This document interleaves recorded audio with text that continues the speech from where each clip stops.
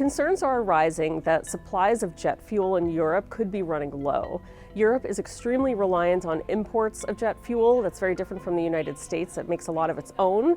And Europe has to rely a lot on supplies from the Middle East. About 75% of its jet fuel supplies is coming from that region. And supplies of that jet fuel have been choked off because of the problems with the Strait of Hormuz, ships not moving through since the attacks in February pretty much. And that is raising concerns that Europe will not have enough jet fuel for the demand that they have in the coming weeks and months. When it comes to the oil products, jet is going to be the first to be hit.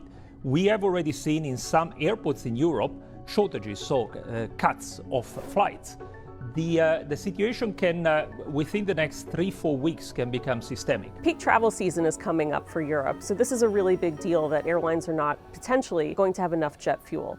Also, when you reduce the supply, the price goes up, so this is also eating into the bottom lines of airlines.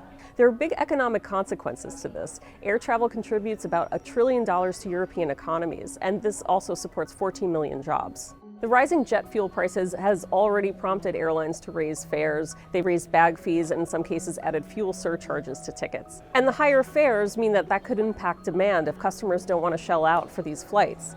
European budget carrier EasyJet has already said that the Middle East conflict is weighing on bookings, and we've heard from Lufthansa that they're looking to ground some of their aircraft and adjust their schedules to deal with the higher fuel costs. We've seen several announcements of ticket price increases already, so it's happening, but it doesn't make up for the full increase yet, so there's more to come.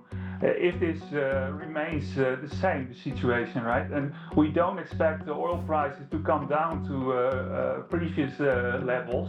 So we will see more of that in the coming weeks and months. The first thing we see, guys, when you see a jet fuel shortage, big increase in prices in a particular region, and then they start to ration out fuel if it gets really tight. And that's when the airlines have to decide, and usually it involves regulators stepping in and saying, look, we're going to go to slot controls in terms of the number of flights. We're not there yet with Europe, but 6 weeks from now, early June, that is the beginning of vacation season in Europe, and it could be a real mess.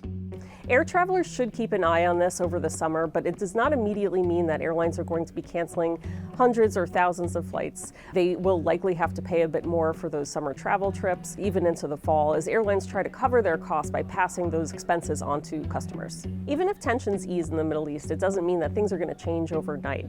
Oil needs to be refined. It needs to be transported to airports. And some airlines, if they're buying their fuel in advance, they've already locked in those prices. So it is unlikely that customers are going to see an immediate drop in prices as a result.